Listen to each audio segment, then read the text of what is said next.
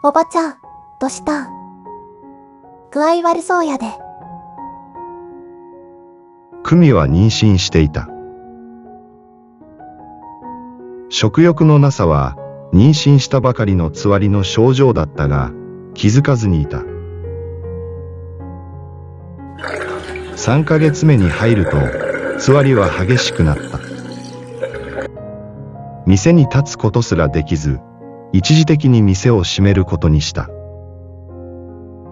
今まで組の商売で何とか借金を返済してきたが、旅館を処分した残金に利子がかさみ、多額の返済に生活は困窮を極めた。5ヶ月目に入ると、つわりはさらに激しくなった。家事をこなすのもやっとのことだったが、病院に行くお金もない。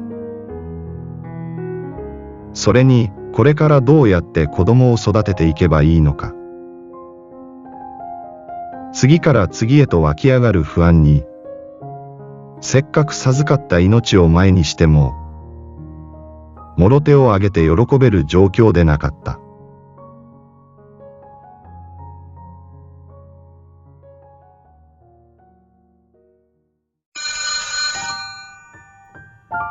妊娠から5ヶ月が経った頃、福岡に行って連絡が途絶えた久美を心配して、みゆきから電話があった。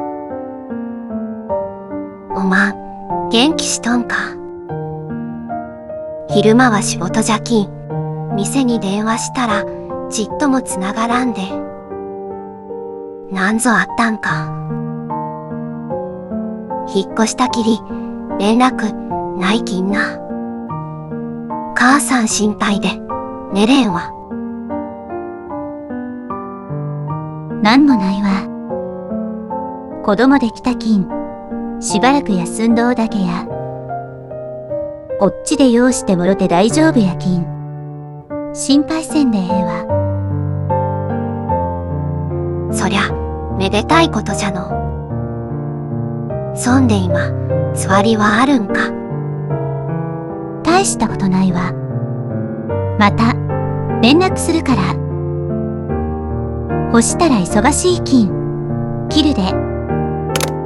久美は途中、急な吐き気に見舞われ、早々に電話を終わらせた。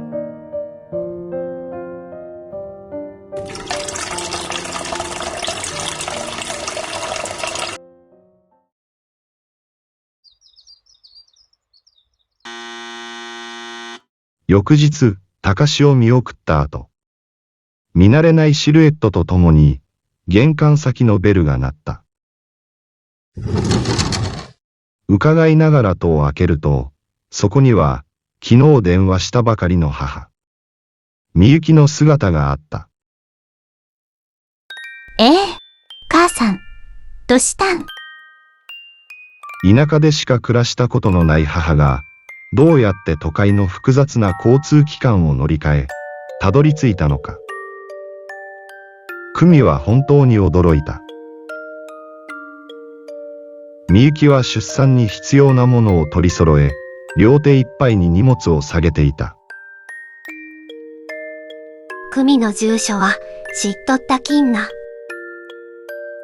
こんなややっこしい場所やから、言うてくれたら駅まで迎えに行ったのに。